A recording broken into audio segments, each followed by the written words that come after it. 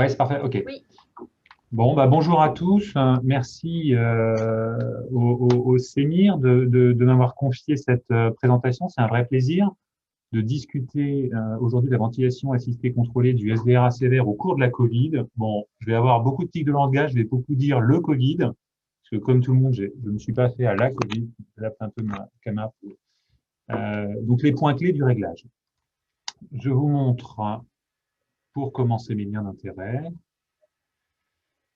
Et je vous signale, pour celles et ceux qui ne connaîtraient pas ces enseignements, un enseignement en ligne, gratuit, ouvert à tous, de la ventilation artificielle, en deux parties. Une première partie sur les fondamentaux, mais qui va déjà assez loin, et une deuxième partie sur le niveau avancé, sous format de MOOC, qui est un format assez ludique et facile à suivre, où on peut personnaliser son rythme d'apprentissage.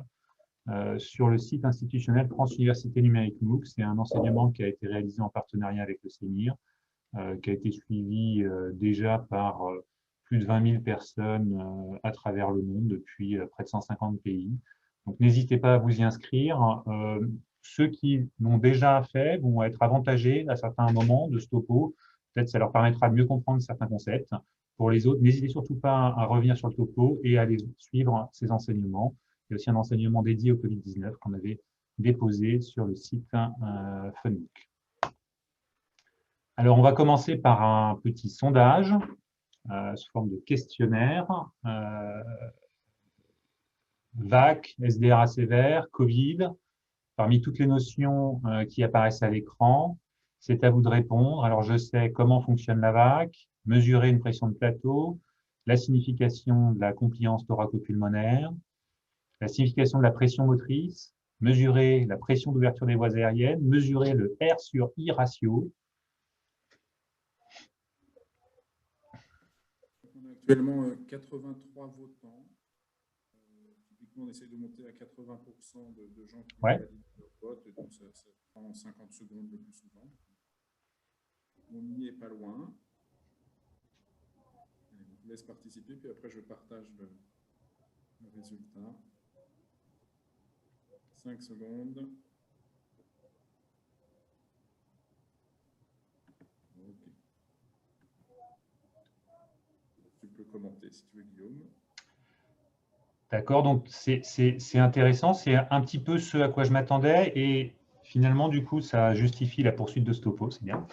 On va aborder un petit peu toutes ces notions au fil du topo pour appréhender un petit peu à la fois comment personnaliser les réglages au cours d'un SDRA sévère, notamment lorsqu'on est atteint du Covid.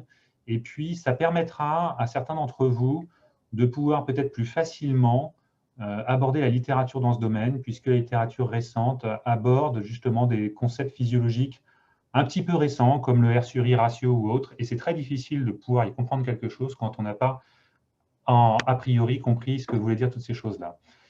À côté de ça, ça permet aussi d'avoir des outils disponibles au lit du malade, assez simples, vous allez le voir, en utilisant le respirateur artificiel pour avoir un raisonnement multiparamétrique pour mieux personnaliser la ventilation artificielle en ventilation assistée contrôlée. Donc, comment fonctionne la ventilation assistée contrôlée? 95% des répondants disent qu'ils savent. Alors, sans faire offense à personne, alors là, il faut que je rappuie, c'est ça? Ah, quand je fais... Voilà. Sans faire offense à personne, par expérience, même quand on sait, qu'on croit savoir comment ça fonctionne, parfois, il y a des petites nuances qu'il est important de connaître. Et donc, j'ai fait un rappel très rapide pour ne pas trop manger sur le topo parce qu'on a beaucoup de choses à voir. Sur le fonctionnement de la ventilation assistée contrôlée, c'est indispensable de le comprendre pour la suite du topo. Donc, pour comprendre comment fonctionne le mode ventilatoire ventilation assistée contrôlée, il faut d'abord comprendre de manière extrêmement schématique comment fonctionne un respirateur artificiel. Et en fait, un respirateur artificiel, il sait faire deux choses, délivrer un mélange d'oxygène, et donc délivrer une FiO2, et il sait délivrer un débit variable. Et c'est la seule chose qu'il sait réguler, c'est une valve de débit proportionnel, c'est-à-dire un débit variable dans le temps. Il ne sait pas, par exemple, régler une pression si on lui demande, il va délivrer un débit pour atteindre une pression cible.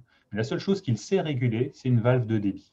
Et en fait, c'est la manière, pardon, c'est la manière dont cette valve de débit est asservie qui va définir un mode ventilatoire, avec des points de contrôle, des consignes données à cette valve de débit pour savoir quand s'ouvrir, quand déclencher l'insufflation, que faire pendant cette insufflation, quand s'arrêter, et puis ce qu'on fait au moment de l'expiration. Alors, ventilation assistée contrôlée, je pense que tout le monde sait que les réglages, il n'y en a pas beaucoup.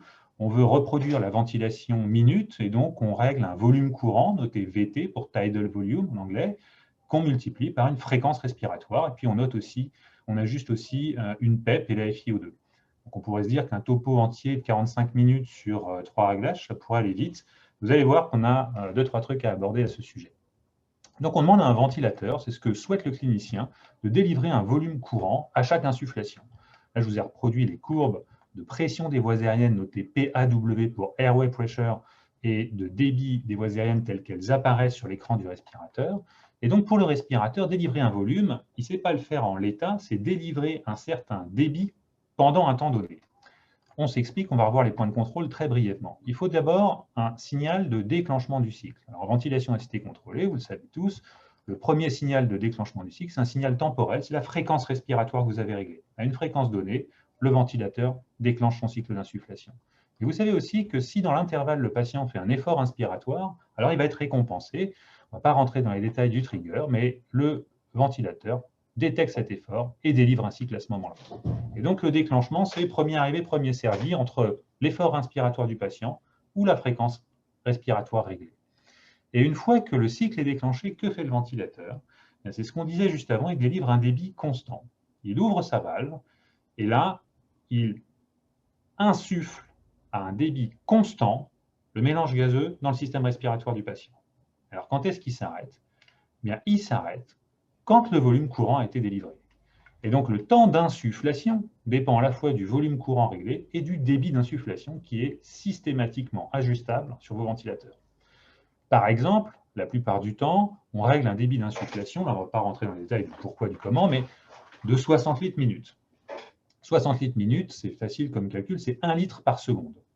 1 litre par seconde, si j'ajuste un volume courant de 400 millilitres, eh bien le ventilateur va délivrer un débit d'insufflation à 1 litre par seconde pendant 400 millisecondes. Et il aura délivré 400 millilitres. Donc voilà une copie d'écran d'un ventilateur lambda habituel de nos services de réanimation en ventilation assistée contrôlée. Vous pouvez reconnaître les courbes avec juste le plateau, on viendra dessus, qu'on a rajouté. Et si je vous montre maintenant sur ce même ventilateur des ajustements qui ont été faits, vous voyez que les courbes changent d'aspect. Qu'est-ce qu'on a modifié au cours du temps? Est-ce qu'on a modifié le volume courant, la fréquence respiratoire, le débit d'insufflation ou la PEP?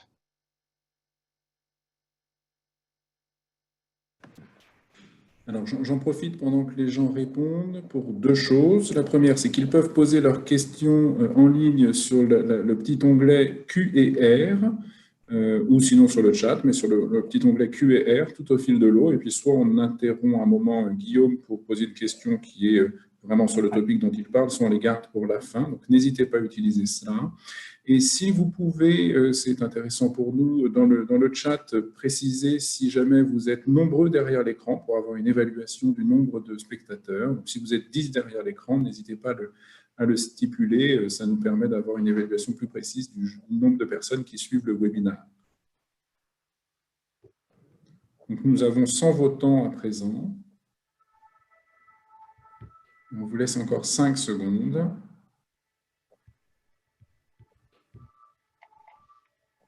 OK. Alors, si tout le monde voit les résultats, la majorité a raison. Hein, vous voyez que c'est le débit d'insufflation qui a été modifié. Alors, voilà. Vous voyez ma flèche sur l'écran? On la voit. D'accord. Donc, vous voyez, vous avez ici le débit d'insufflation qui était réglé à 60 litres par minute. Vous avez ici l'échelle en litres par minute. Et vous voyez qu'ici, on l'a diminué. On l'a diminué et qu'est-ce qu'on a fait? On l'a divisé par 2. On est passé de 60 litres par minute à 30 litres par minute.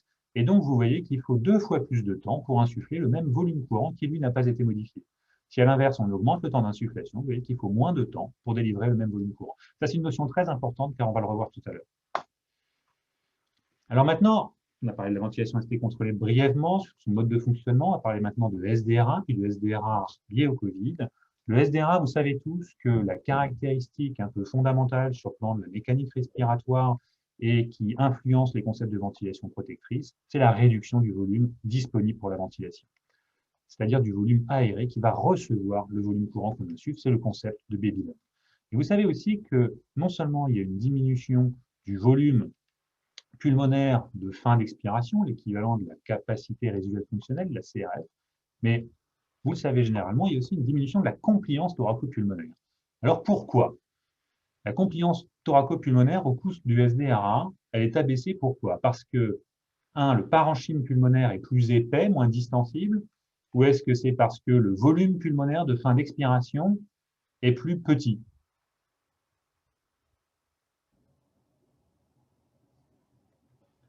Je vous rassure, il n'y a pas 25 sondages, c'est juste pour lancer un peu le débat.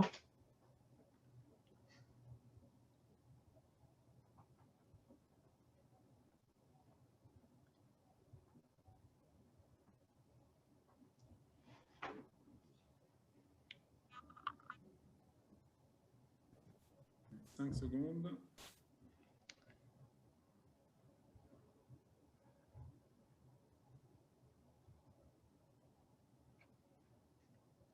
Alors là, le résultat est très intéressant parce que la majorité répond que la compliance est abaissée au cours du SDRA parce que le parenchyme pulmonaire est moins distensible. En vérité, c'est plutôt faux. Et ça, c'est une notion très, très importante à comprendre, et notamment pour la suite sur les paramètres de monitorage sous ventilation artificielle du SDRA. C'est normal que vous ayez répondu ça, moi ce que je vais vous expliquer là, je l'ai compris très tard. Mais il y a une différence entre ce qu'on appelle la compliance spécifique et la compliance d'un système. Prenons l'hypothèse d'une unité respiratoire purement fictive, composée d'un petit sac et d'une petite bronche, là, un petit tuyau qui l'alimente. Et partons de l'hypothèse que cette unité respiratoire ait une compliance spécifique, c'est-à-dire une distensibilité propre, d'1 millilitre par centimètre d'eau. Qu'est-ce que ça veut dire? Ça veut dire que si on applique à ce système une pression d'1 centimètre d'eau, eh bien va rentrer 1 millilitre. 2 cm d'eau, 2 millilitres. La compliance, la distensibilité de 1 millilitre par centimètre d'eau. Ok, mais alors le poumon, ça peut être considéré comme une multitude de petites unités de la sorte qui ont leur compliance spécifique propre, mais interconnectées. Connectons deux petites unités, maintenant, qui ont la même compliance spécifique. Lorsqu'on applique une pression de 1 cm d'eau à l'entrée, eh bien, va rentrer dans chaque petit sac 1 millilitre. Et du coup, on a un petit système respiratoire dont la compliance est maintenant de recevoir 2 millilitres pour chaque centimètre d'eau appliquée. Et donc, vous voyez que la compliance dépend du volume, du nombre d'unités disponibles pour la ventilation. Ainsi, on pourrait considérer qu'un système qui aurait une compliance de 30 millilitres par centimètre d'eau serait en fait constitué de 30 petites unités respiratoires fictives caractérisées par une compliance spécifique de 1 millilitre par centimètre d'eau. Et à l'inverse, si ce système est amputé de la moitié de son volume, parce que, par exemple, les petits sacs sont remplis d'œdèmes inflammatoires, de pus ou autres, comme c'est le cas au cours du SDRA, et qu'il ne reste que 15 petits sacs disponibles, et bien quand on applique 1 cm d'eau, il n'y a plus que 15 ml qui rentrent. La compliance est de 15 ml par centimètre d'eau.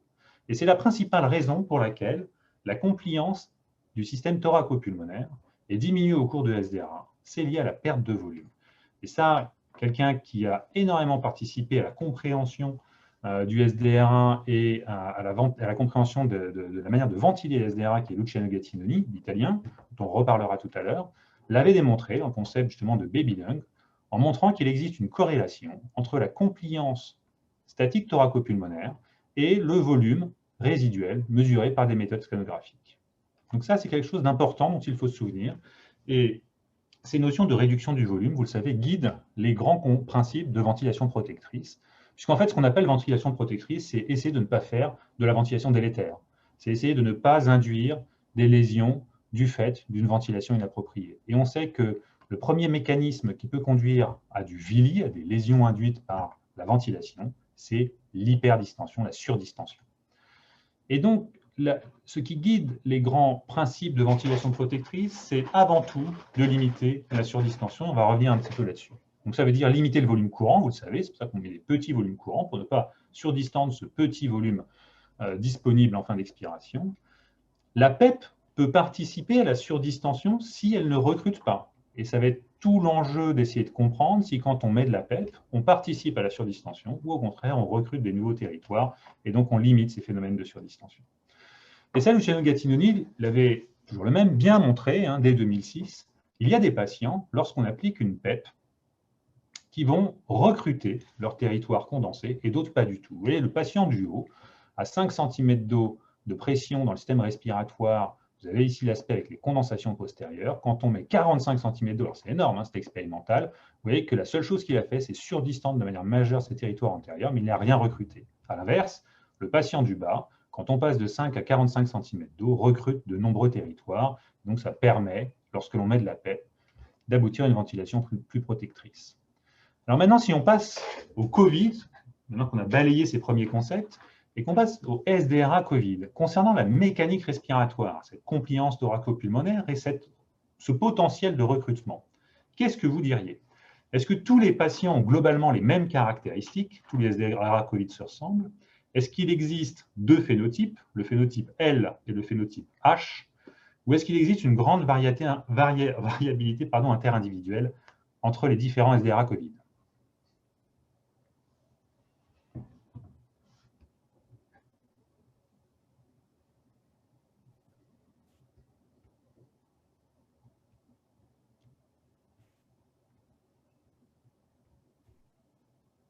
Je ferme dans 5 secondes.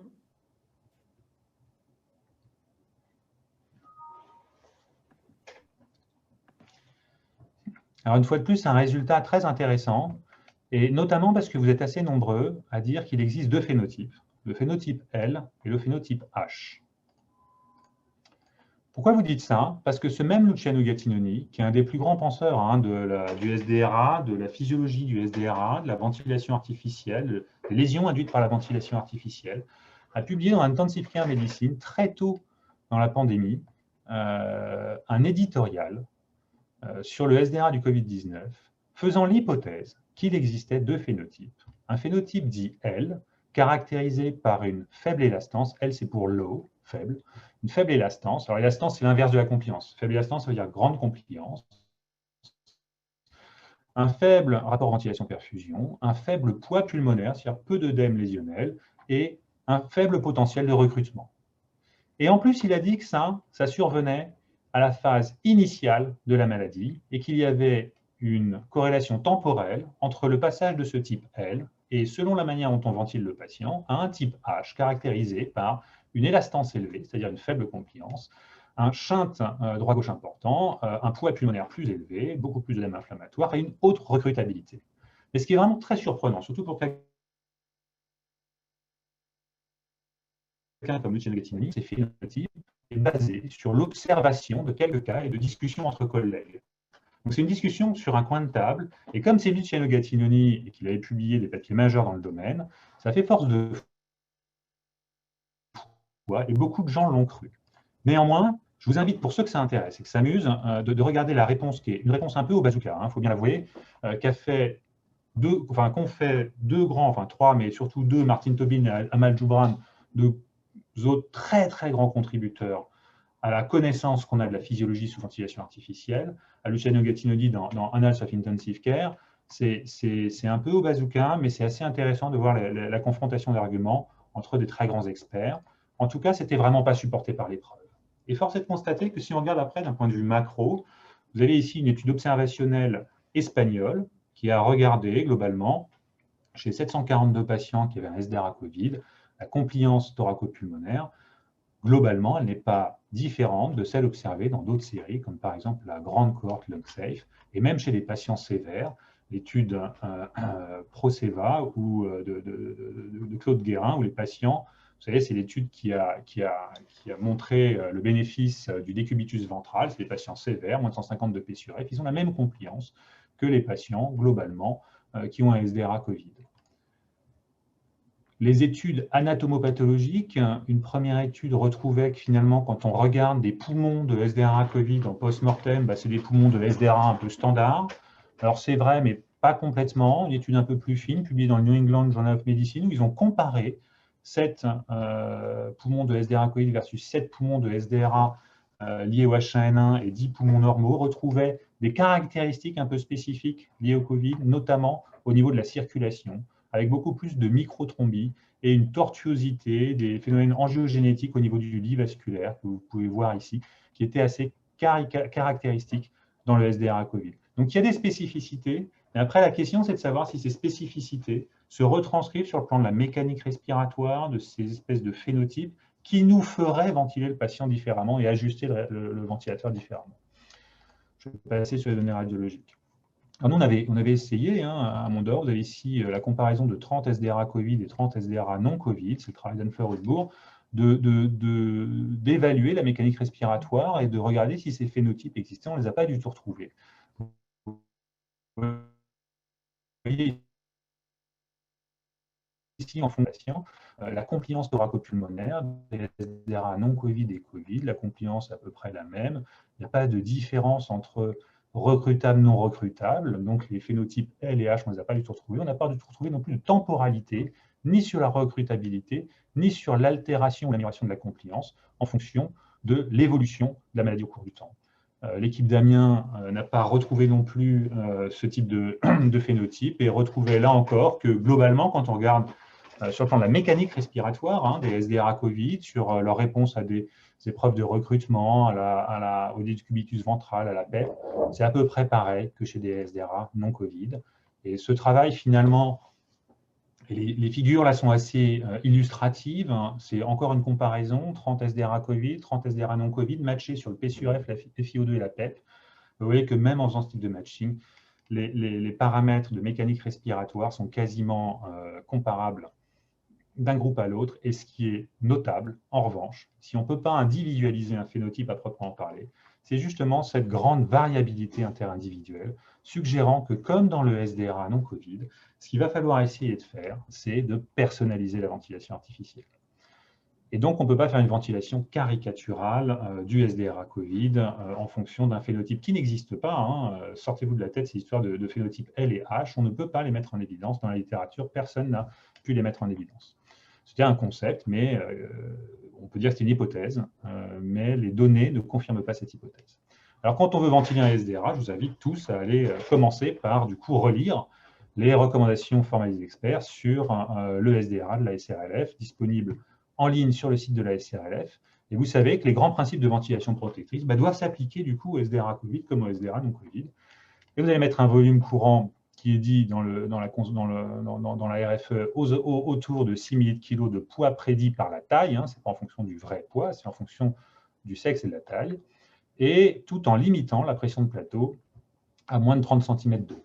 Ça veut dire qu'on ne met pas trop de volume courant dans ces petites insufflations pour limiter ce phénomène de surdistension. La pression de plateau, c'est une limite. Ça veut dire que si le patient a une acidose respiratoire et que la pression de plateau est faible, on peut augmenter éventuellement un petit peu le volume courant. Pour ceux qui ont vu le webinaire de Martin Dress, je pense qu'ils auront retenu, en tout cas moi je l'ai retenu, que, enfin, je cite Martin Dress, hein, le volume courant c'est comme la bière, c'est 6 à 8 ml de poids prédit par la taille, donc vous pouvez augmenter à 8 ml si la pression de plateau le permet. Alors on dit si la pression de plateau le permet, on dit 6 000 kg de poids prédit par la taille, c'est quand même un petit peu, on dit que c'est de la personnalisation, mais quand même c'est de la personnalisation un peu particulière, parce que ça voudrait dire qu'en fonction de son sexe et de sa taille, ça conditionnerait le degré d'atteinte lésionnelle. Bon, bah, deux personnes de même sexe et de même taille peuvent avoir des degrés d'atteinte lésionnelle très différents, mais pourtant ils auront le même volume courant. Alors là, on aborde une notion qui est la suivante. Tout à l'heure, on a dit que la compliance thoracopulmonaire, la diminution de la compliance thoracopulmonaire était le reflet de la diminution du volume disponible pour la ventilation. Donc en fait, ce qui serait assez intéressant, ce serait de rapporter le volume courant au risque de surdistension, donc le volume courant rapporté au volume disponible pour la ventilation. Comme on n'a pas ce volume, on peut rapporter le volume courant à la compliance. Donc un surrogate, un estimateur du volume pulmonaire de fin d'expiration. Ce volume courant divisé par la compliance, dont le concept physiologique est pertinent, c'est la fameuse driving pressure. Et c'est pour ça que ce concept est pertinent. Donc quand vous regardez un écran d'un ventilateur en ventilation densité contrôlée, quand vous faites une occlusion téléinspiratoire, une pause, vous avez votre pression de plateau qui est censée être la pression qui règne dans les alvéoles en fin d'insufflation, la pression de distension. C'est pour ça qu'il faut la limiter. Bien, quand vous faites cette pression de plateau moins la pression dans les alvéoles qui règne en fin d'expiration, vous avez cette driving pressure, cette différentielle de pression qui a été imposée aux alvéoles pour les distances du volume courant. Et c'est donc le volume courant divisé par la compliance. Alors, ce concept est physiologiquement intéressant, et si on s'y intéresse pas mal, c'est que un autre brillant physiologiste qui a beaucoup contribué au concept de ventilation protectrice, Marcello Amato, un Brésilien, a publié dans le New England une analyse post-hoc. Il n'y a pas encore d'essai randomisé qui démontre qu'il faut vraiment faire attention à la driving pressure. C'est une analyse post-hoc d'essai randomisé dans le SDRA. Je vous passe les détails de l'analyse statistique, qui est une analyse de médiation un peu complexe, mais qui identifie que lorsque cette driving pressure atteint et dépasse 15 cm d'eau, il y a un risque relatif accru de mortalité. Donc ça nous met une alarme supplémentaire, un paramètre de monitorage et de surveillance supplémentaire, qui est de dire qu'il faut que cette driving pressure reste inférieure ou égale à 14 cm d'eau. Une fois qu'on a dit ça, on n'a toujours pas résolu un de nos problèmes les plus difficiles à résoudre. Et ça, vous le savez, hein, personne ne sait encore exactement comment il faut régler la PEP. On va essayer d'approcher comment savoir chez un patient si la PEP est délétère quand on l'augmente, ou au contraire, si la PEP permet du recrutement. Alors, pour évaluer la recrutabilité, comment vous faites-vous? Est-ce que vous mesurez le RI ratio? Est-ce que, par exemple, vous augmentez la PEP, et si la compliance augmente, c'est que le patient est recruteur? Ou est-ce que vous augmentez la PEP, vous mesurez le volume pulmonaire de fin d'expiration, il y a quelques ventilateurs qui le permettent, s'il augmente, c'est que le patient est recruteur. Après, même si vous ne le faites pas, vous pouvez être d'accord ou pas avec une de ces propositions. D'ailleurs, vous êtes un peu forcé de faire un choix parce que je n'ai pas mis « je ne fais rien de tout ça ».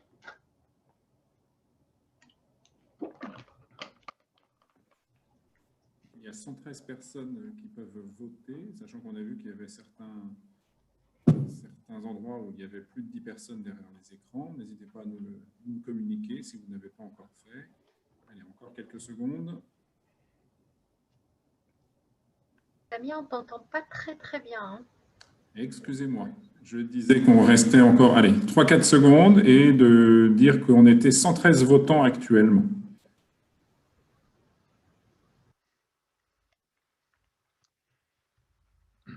Alors ça, c'est très intéressant, une fois de plus. Merci d'avoir répondu. Probablement, on va voir hein, que le meilleur moyen d'évaluer la recrutabilité au lit du malade aujourd'hui, c'est de mesurer le R sur I ratio. Mais j'imagine que la plupart d'entre vous, c'est pas bien ce que c'est que cette histoire et c'est pas bien le faire au lit du malade. Il faut prendre un petit peu le coup et on va essayer de l'expliquer ensemble. Et on pourra discuter, notamment tout à l'heure, pourquoi quand on augmente la PEP et que la confiance augmente, c'est pas toujours forcément bon signe, par exemple.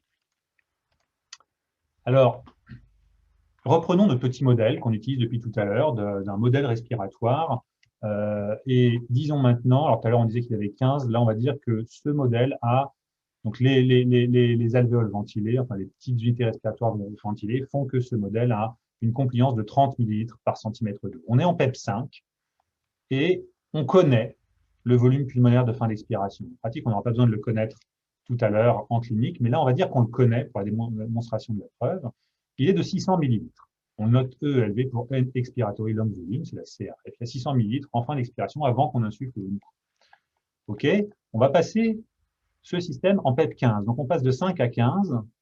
Je ne vous ai pas posé la question, là, pour ne pas perdre de temps parce qu'il faut qu'on avance, mais la question est la suivante, vous pouvez vous la poser. Quel est le volume pulmonaire de fin d'expiration?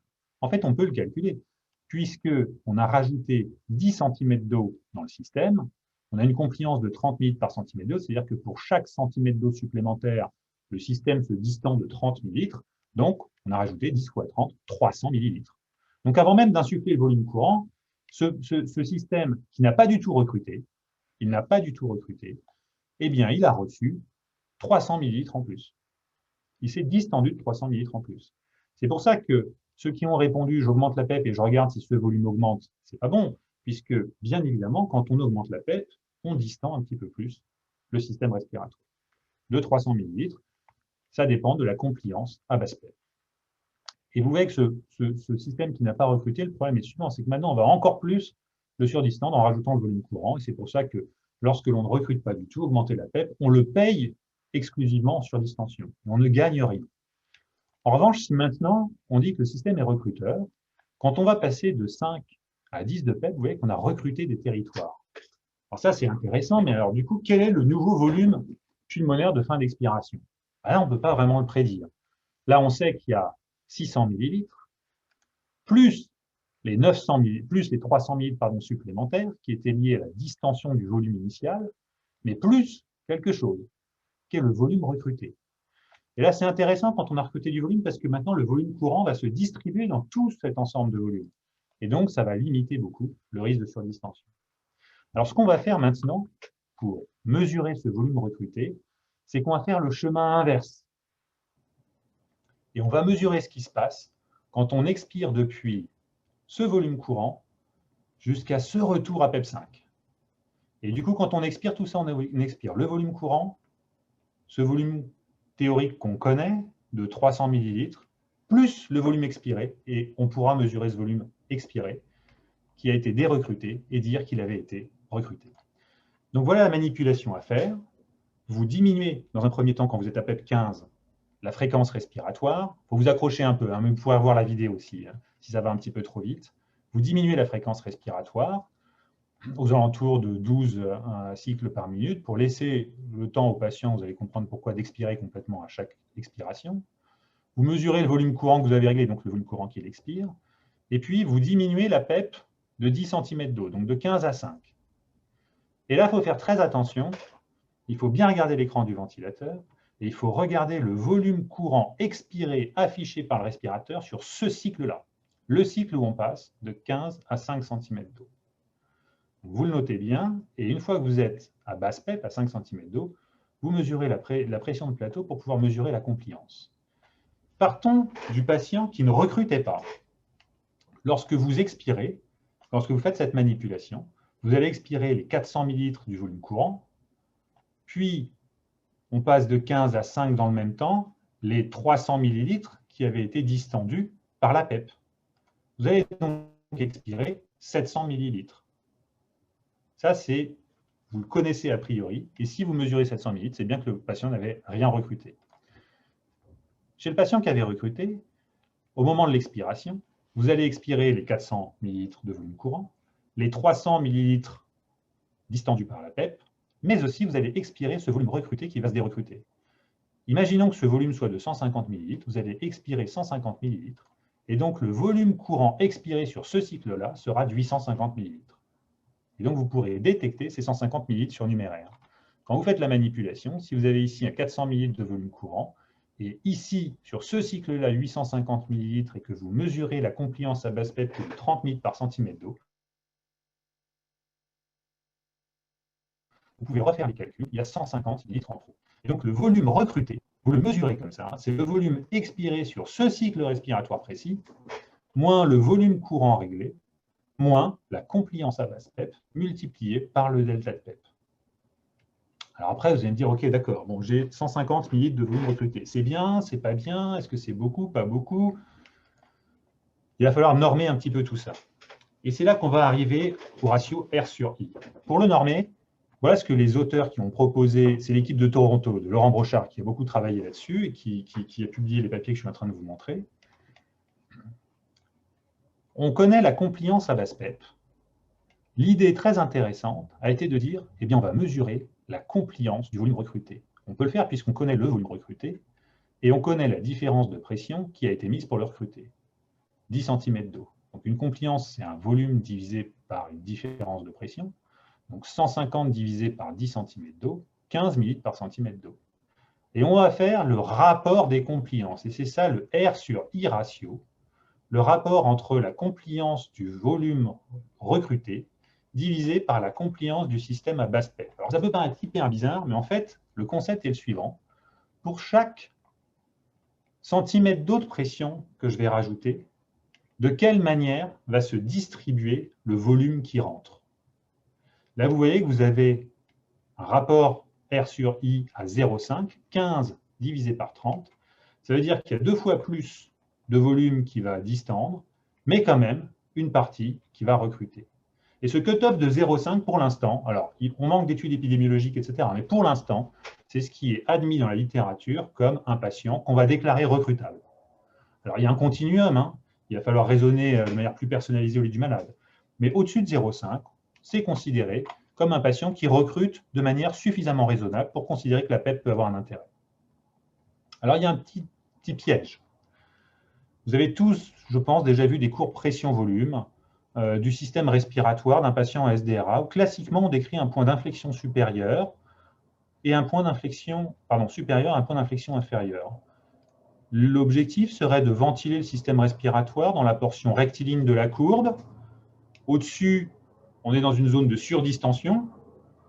En dessous, on pense qu'on expose à des phénomènes d'ouverture-fermeture des voies aériennes.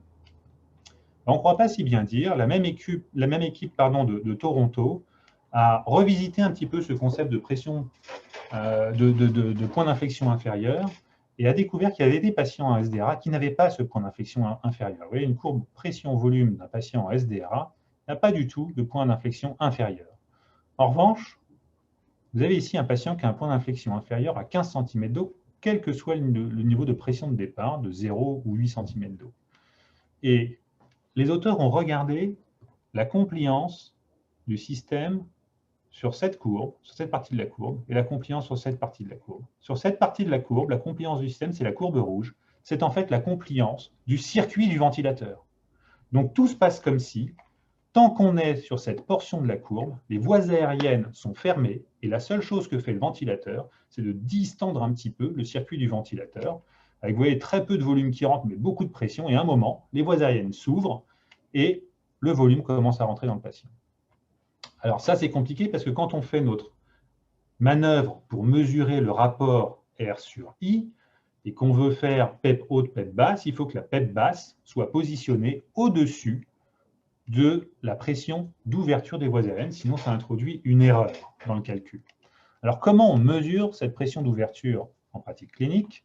Eh bien, en pratique clinique, on a la courbe de pression en fonction du temps, et comme le débit est constant, la fonction temps, c'est un peu une fonction de volume linéaire. En fonction du temps, il y a un volume qui augmente de manière linéaire dans le temps. Donc, la manipulation est complexe parce qu'elle consiste à diminuer le débit de manière drastique. En effet, pour reconstruire une courbe pression en fonction du volume ou pression en fonction du temps qui ne soit que le reflet de la distension du système, il faut s'affranchir de la part résistive de la pression qui est liée au débit qui passe dans les voies aériennes. Donc il faut un débit minimal. Et c'est là toute la difficulté au lit du malade. Mais si on fait un débit minimal, vous voyez que ce patient qui n'a pas de pression d'ouverture, la pression augmente progressivement. C'est la pression élastique à mesure que du volume rentre dans le système respiratoire. À l'inverse, quand vous avez un patient qui a une pression d'ouverture des voies aériennes, vous allez observer ce phénomène. Lorsque le cycle est déclenché, au début, la pression augmente très rapidement, et puis pof, il y a une cassure, et elle augmente plus lentement. Là, pour le volume, un petit volume qui est rentré, on distend le circuit, et tout d'un seul coup, les voies aériennes s'ouvrent, et vous avez à nouveau la courbe pression-volume du système respiratoire voies aériennes ouvertes. Alors, vous avez ici la copie d'écran dans la publication de bout de chaîne de l'équipe de Laurent Brochard qui montre ce phénomène chez un vrai patient. Et vous voyez bien que la pression d'ouverture, du coup, on peut la repérer de cette manière. Vous voyez le débit d'insufflation extrêmement faible. Là, on disait normalement c'est 60 litres minute, là on la baisse à 5 litres minute pour pouvoir détecter ce phénomène. Et quand on mesure chez ce patient, alors là c'est un cas extrême, 18 cm d'eau de pression d'ouverture, vous voyez il y a 45 millilitres, c'est la courbe de volume qui était rentrée dans le système.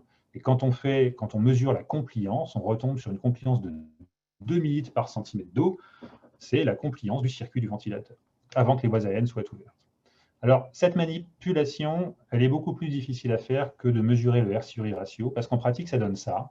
C'est-à-dire qu'on passe d'un patient où on le ventile normalement, avec un débit d'insufflation aux alentours de 60 litres minute, là vous voyez, il a en l'espace de 20 secondes, 9 cycles, à cette ventilation-là, où on diminue drastiquement le débit pour pouvoir mesurer la pression élastique et recueillir la pression d'ouverture des voies aériennes. Ça nécessite, et c'est pour ça que c'était important de bien comprendre le fonctionnement du mode, de diminuer drastiquement la fréquence respiratoire, parce que pour un même volume courant insufflé, souvenez-vous, le ventilateur il arrête son insufflation quand le volume courant est insufflé. Si on diminue aussi drastiquement le débit d'insufflation, on allonge énormément le temps d'insufflation. Et donc, il y a des patients qui tolèrent très mal cette manœuvre. Ça, ce n'est pas très rapporté dans la littérature. Nous, on est en train de l'évaluer. Toujours est-il que peut-être vous ne lancez pas dans la mesure de la pression d'ouverture chez un patient qui est en 100% d'FiO2 avec 85 de SAT, parce que forcément, il va mal le tolérer et la pertinence de l'information que vous allez en sortir est peut-être vraiment à mettre en balance avec la dangerosité de la manipulation. Néanmoins, si le patient tolère bien, ça peut apporter des informations très importantes parce que sur le plan conceptuel, il faut mettre la PEP au-dessus de la pression d'ouverture et quand on veut évaluer la recrutabilité, il faut mettre la pression basse au-dessus de la pression d'ouverture.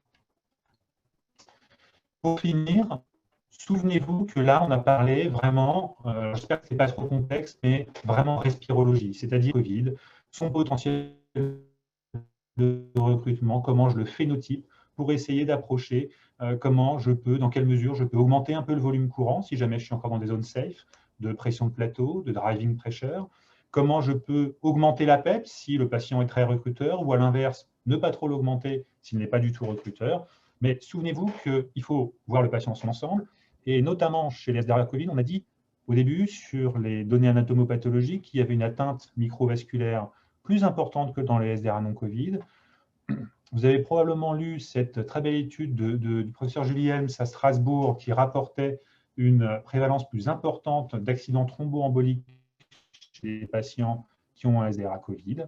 Il faut se rappeler que même dans le SDRA non-Covid, la réouverture d'un foramen ovale perméable ou la survenue d'un cœur pulmonaire aigu, c'est environ 20% des cas chacun, et ce sont typiquement des situations où la PEP peut être particulièrement délétère. Et je vous rapporte ici enfin un travail de l'équipe de la Pitié-Salpêtrière où dans le SDRA Covid, ils ont montré qu'en adoptant une stratégie de plutôt diminuer la PEP, visée aussi, c'est une stratégie globale, d'une pression artérielle un peu plus élevée, mais notamment en diminuant la PEP, ils ont observé, c'est une étude avant-après, moins d'insuffisance rénale qu'Adigo 3 de recours à l'épuration extra-rénale. Donc tout ça pour dire que l'évaluation de la gestion de la PEP, ça doit être multiparamétrique et que quoi qu'il arrive, quand on a fait une intervention sur le respirateur, une des choses les plus importantes, ce n'est pas tout le raisonnement en amont, enfin, c'est important, mais aussi importante, c'est l'évaluation de ce qu'on vient de faire. Une fois qu'on a pensé tout ça, quand on regarde ce graphique à gauche, qui représente la variation du P sur F après une variation de PEP sur le respirateur chez les patients qui ont des SDRA, vous voyez que ce n'est absolument pas prévisible. Quand on augmente la PEP, on peut avoir une augmentation et une diminution du P sur F, de la même manière quand on la diminue. Donc il faut vraiment observer l'effet de ce qu'on a fait et remettre en cause éventuellement son réglage. Par exemple, vous avez un SDRA Covid avec un P sur F à 95, c'est le topique, là, SDRA sévère, une compliance à 30 litres par centimètre d'eau, une PEP à 10. Vous avez eu les recommandations de la SRLF. Et bon, c'est bon, soit plutôt supérieur à 12 dans les recommandations, alors je vais mettre 14. Puis vous voyez que le P sur F s'améliore parce que vous réévaluez ce que vous faites. Vous le faites parce que vous avez oublié de le faire avant. Vous mesurez le R sur I ratio, il est à 0,7, témoignant que votre patient est recruteur. Vous faites une échographie cardiaque, alors il n'est pas choqué, mais vous voulez vous assurer qu'il n'y ait pas de foramen ovale perméable, il n'y en a pas, il n'y a pas de cœur pulmonaire aigu. Là, vous avez bien fait. Et probablement que la PEP vous procure au patient tous les bénéfices qu'on peut en attendre. En revanche, si vous êtes dans la situation où le P sur F n'a pas franchement bougé, vous mesurez le R sur I ratio, le patient n'est pas du tout recruteur, il a un R sur I à 0,1. À l'échographie cardiaque, il a un cœur pulmonaire aigu avec une veine cave inférieure dilatée, une insuffisance rénale en cours. Là, vous avez tous les effets indésirables potentiels de la PEP. Donc, chez ce patient-là, il faut rétro-pédaler. Il faut probablement mettre une PEP plutôt aux alentours même de 8, peut-être moins, je ne sais pas. En tout cas, il faut réévaluer à chaque fois. Mais quand on met de la PEP chez ce patient, on risque exclusivement d'en payer les effets indésirables. Voilà, j'ai fini. En conclusion, la personnalisation de la ventilation assistée contrôlée au cours du SDRA Covid, c'est d'abord de respecter les principes de ventilation protectrice. Il n'y a pas d'immense différence sur le plan mécanistique entre un SDRA Covid et non Covid. Et pour le reste, et du coup ça s'applique aux deux, c'est important de faire tout ce qu'on peut pour bien phénotyper son patient, évaluer le P sur F, la PCO2, la mécanique respiratoire, notamment la compliance, la pression de plateau, la pression motrice pour rester dans les zones safe, d'évaluer, si on sait le faire, la pression d'ouverture des voies aériennes pour régler la PEP au-dessus, mesurer le R sur I ratio pour évaluer la recrutabilité, mais aussi regarder toutes les caractéristiques extra-respiratoires pour avoir un raisonnement multiparamétrique dans la gestion notamment de la PEP, qui est probablement l'élément le plus important dans les 2-3 choses qu'on a réglées sur le ventilateur, et systématiquement évaluer ces interventions. J'ai fini, je vous propose un petit sondage pour finir.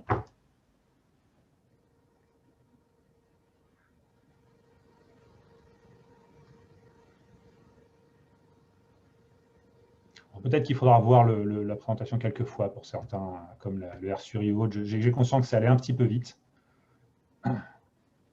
Néanmoins, ça vous permet d'avoir un petit peu de documents pour y revenir. On va montrer le sondage, on va bientôt partager. Merci beaucoup, Guillaume. Olfa, si tu veux réactiver ta caméra et puis on va pouvoir échanger. J'attends encore un tout petit peu. Il n'y avait pas beaucoup de questions et on finit le sondage et après, moi, je voulais lui poser une petite question, Guillaume, avant la fin. Maintenant, quand on a l'expert avec nous, c'est toujours bien de poser toutes les questions. Bon, le temps que les gens finissent de sonder, n'hésitez pas à voter, n'hésitez pas à poser vos questions sur le petit onglet Q et R. Vraiment, n'hésitez pas. Et puis, on va partager le résultat. Es-tu content, Guillaume? Je suis assez content parce que, alors, je suis bien évidemment moitié content, moitié pas content. Non, il y a une vraie progression par rapport au début et surtout les concepts de pression d'ouverture et de R sur I ratio, c'est hyper compliqué. C'est compliqué à expliquer. Normalement, il faut prendre peut-être 1 heure, enfin, ou un topo entier pour bien s'attarder sur le R sur I ratio.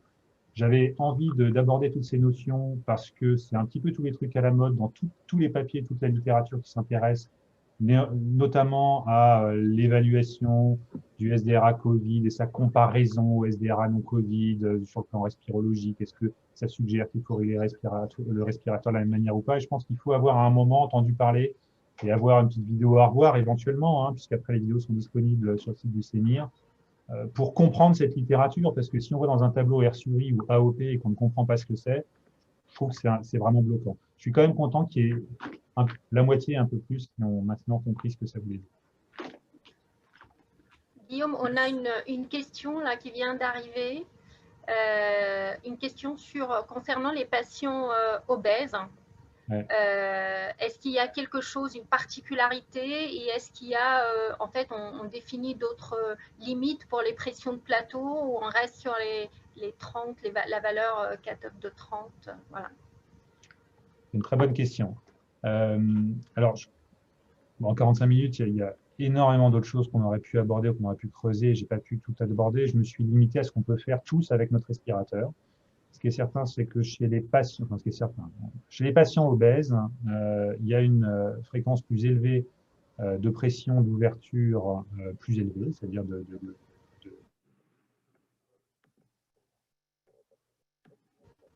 d'existence en tout cas de ce phénomène de fermeture des voies aériennes en pression basse. Donc il est important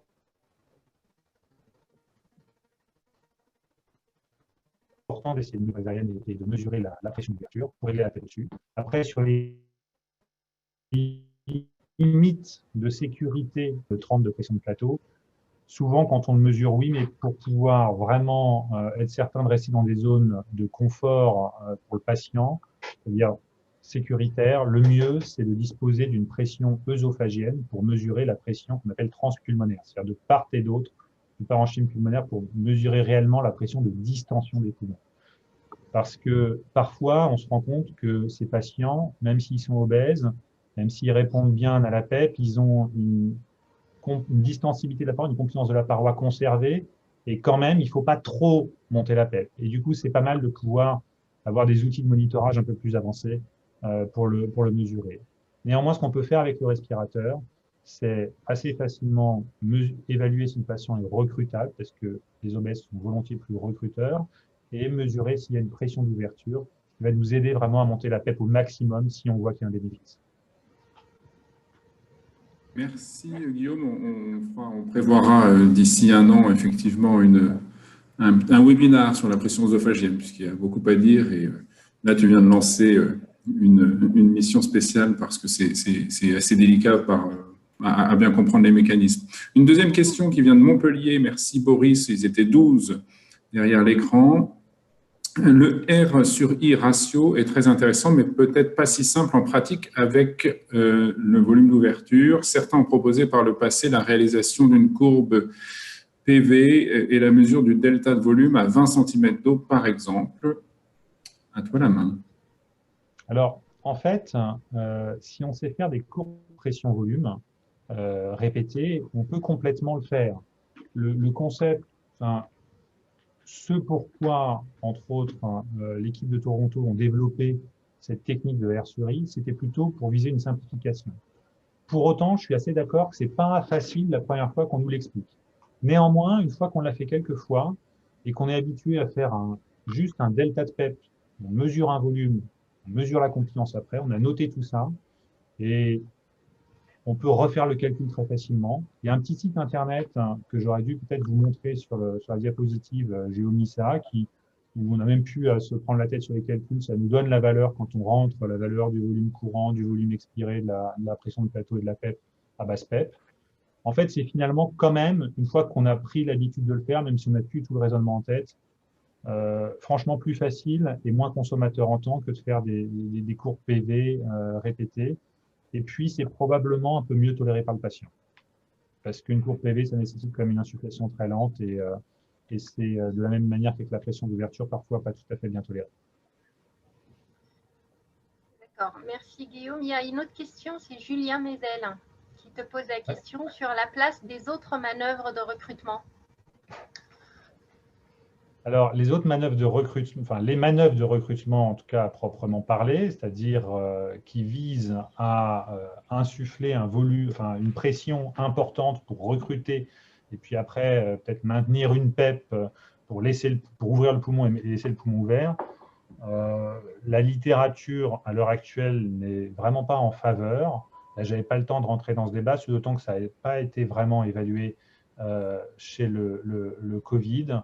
Et en tout cas, les recommandations de la SRLF sont de ne pas le faire. Merci Guillaume. En tout cas, elles ne sont pas recommandées de manière systématique pour participer à ces discussions avec effectivement des débats entre... Effectivement, non, mais la précision est importante parce que il faut jamais être péremptoire, surtout dans ce domaine et surtout avec ce type de niveau de preuve. C'est-à-dire que on pourrait, pareil, passer 1 heure sur les manœuvres de recrutement. Des études qui étaient plutôt en défaveur dans des études récentes, en fait, associaient d'autres réglages potentiellement toxiques. Et en tout cas, elles ne sont pas recommandées à être systématiques. Et je n'ai pas vu dans le SDRA Covid de données très convaincantes pour les faire de manière systématique. Ça reste du domaine de la recherche, je pense. Une question d'Adrien Vinizewski qui l'avait mis dans le chat, mais qui l'a mis dans le QR, donc on la voit en double et on peut y répondre à présent. Quels autres paramètres simples vous regardez dans le réglage de la PEP, évolution de l'ETCO2, de la PaCO2, point d'interrogation.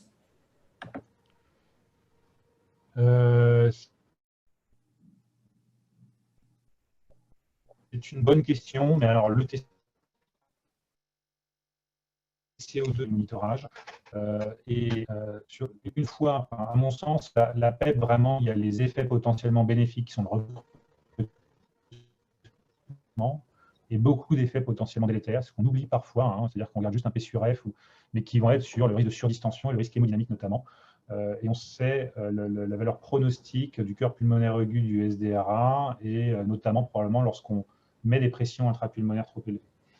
Du coup, mon sentiment, c'est que si on se limite à des choses assez simples comme évaluer d'abord ce R sur I ou d'autres méthodes, hein, si on fait des courbes PV, mais en tout cas, est-ce que a priori, on peut attendre quelque chose de la PEP? Est-ce qu'il y a une recrutabilité de ce patient?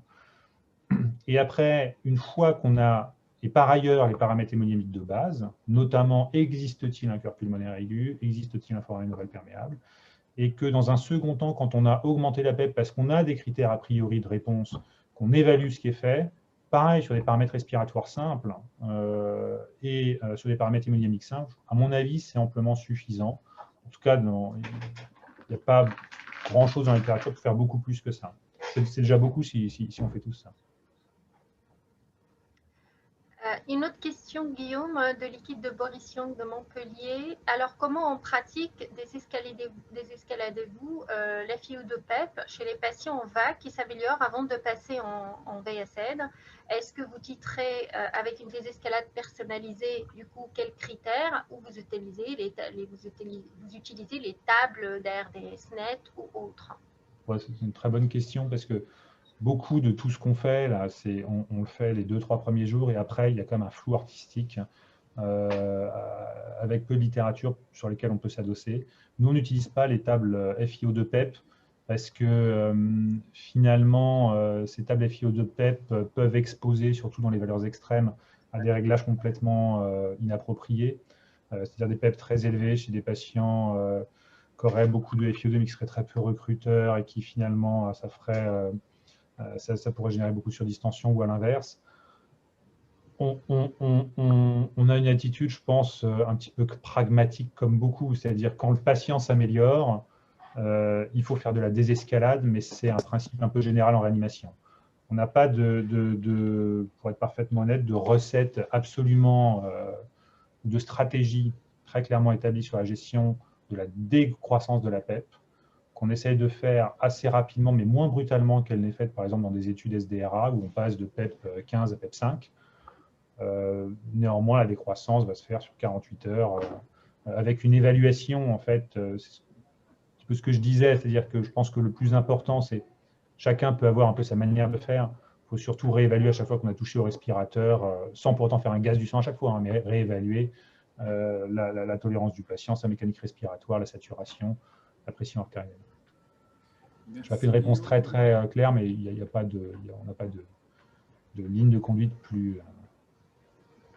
Merci, Guillaume. Il y a une question d'un autre Guillaume Thierry de Saint-Étienne, qui souligne l'excellence de ton topo et qui pose une question assez intéressante. A-t-on des données sur l'évolution du RI ratio en DV versus DD? Et est-ce que, par exemple, ça peut être utilisé pour évaluer le bénéfice du DV au-delà du P sur F?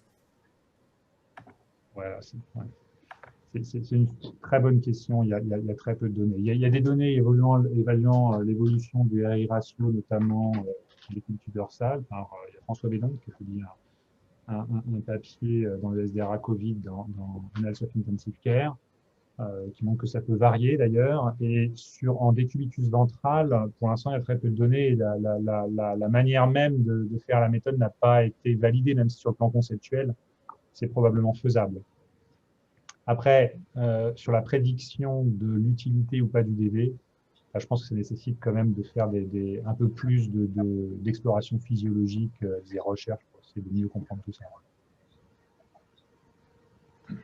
Merci Guillaume. D'ailleurs, c'était la même question que je voulais poser tout à l'heure, mais Guillaume Thierry, du coup, il l'a posée pour nous. Il y a une autre question de Evelina Auchin. L'objectif de l'SPO2 dans le SDRA Covid, point d'interrogation. Comme dans le SDRA, en règle générale, il ne faut pas avoir sur son scope une SPO2 à 98%.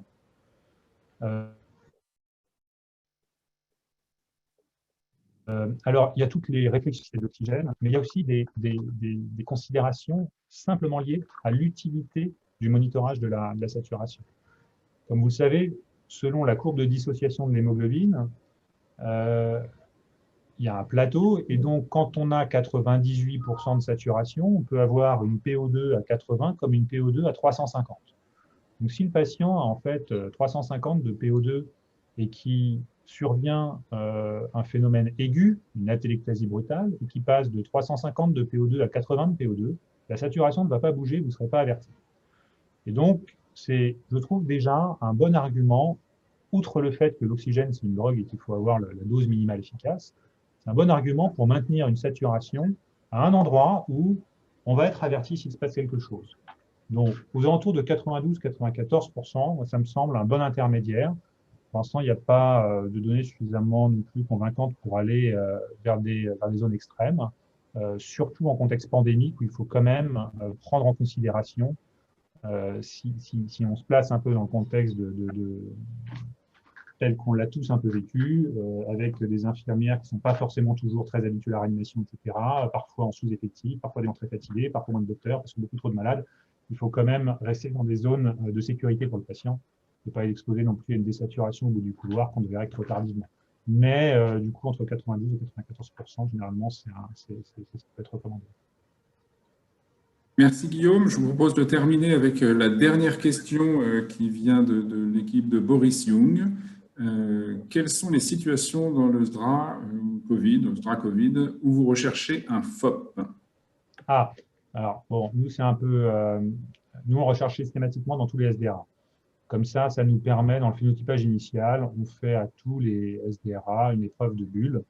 Vous savez, pour rechercher un FOP, je dis pour les autres, hein, il faut, enfin un des moyens les plus utilisés, c'est une échographie cardiaque, au mieux transœsophagienne, sillon transthoracique, pas la référence, et on injecte une solution avec un petit peu de bulle et on voit passer les bulles de droite à gauche. Donc nous, on le recherche systématiquement parce que c'est un élément à voir, je pense, en tête dans tous les paramètres qui vont faire à un moment prendre une décision sur la gestion de la PEP haute. Et ça peut permettre aussi d'interpréter plus facilement un P sur F qui serait peut-être bas alors que la compliance est très élevée, que tout le reste ne colle pas vraiment, qu'il n'y a pas beaucoup d'atteintes lésionnelles visibles à l'imagerie. Mais nous, on le recherche systématiquement à l'admission dans les 24-48 premières heures de la prise en charge d'un SDRA sévère. Tous ces patients en échographie cardiaque et en plus de la recherche d'un cœur pulmonaire aigu, on recherche systématiquement un FOP. Voilà. Moi, je trouve que c'est une attitude qui c'est pas très compliqué à faire et ça facilite les choses. S'il fallait avoir une attitude plus restrictive, peut-être se focaliser chez les patients chez lesquels l'hypoxémie semble un petit peu non corrélée à la gravité radiologique et à l'atteinte de la mécanique respiratoire. C'est-à-dire un patient qui aurait une compliance très préservée avec peu d'images à la radio, mais une hypoxémie profonde. Voilà, on recherche des étiologies plutôt vasculaires, type le champ intracardiaque. Et là, ça peut être intéressant de rechercher un peu.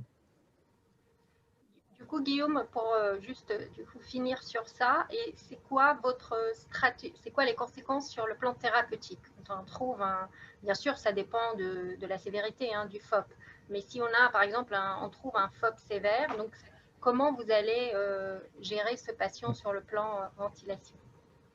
C'est une très bonne question. Alors là, on rentre vraiment dans des cas un petit peu difficiles, mais où il n'y a pas, à mon avis, de réponse toute faite. C'est une fois de plus, on reste dans le raisonnement multiparamétrique et dans l'évaluation du rapport bénéfice-risque de chaque intervention. C'est-à-dire que quand il y a un FOP, ça ne veut pas dire pour autant que le patient va profondément désaturer quand on augmente la PEP. Si on fait une évaluation de son recrutement, peu importe la méthode, et qu'on trouve qu'en fait, il a un poumon qui est très recruteur, il n'est même pas exclu que finalement, via le recrutement, la levée de la vasoconstriction hypoxique, finalement, ça améliore le FOP et que ça améliore l'oxygénation, que ça améliore les paramètres de mécanique respiratoire. Donc, ça n'interdit pas d'augmenter la PEP quand il y a un FOP. En revanche, ça renforce l'obligation de bien monitorer tout ce qu'on fait. C'est toujours la même chose, c'est-à-dire qu'à ce moment-là, on va de manière très précise, quand on augmente la PEP, refaire toutes ces mesures pour évaluer si ça a un effet plutôt bénéfique, plutôt stable sur le P sur F, mais ça améliore le recrutement, alors on va plutôt le laisser, ou au contraire, si on perd tout, la saturation se casse la gueule. Parce que...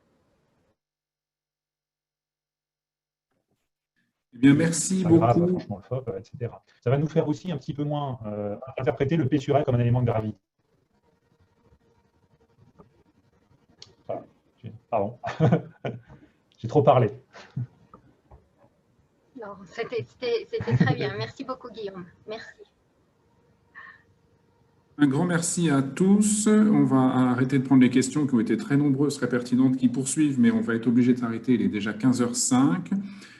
Olfa, merci de la comodération. Guillaume, un immense merci pour avoir pris le temps de faire ce topo très, très instructif. Merci à tous les participants. On a atteint 115 participants avec certains endroits où ils étaient 10, 12, 15. Donc, on est peut-être très, très nombreux, plus nombreux encore que les connexions et une belle participation au QCM en direct. Donc, merci à tous et donc à la semaine prochaine, vendredi, où nous accueillerons Laurent Papazian qui viendra parler un peu de la place des curares et du décubitus ventral, toujours sur cette thématique du SDRA Covid.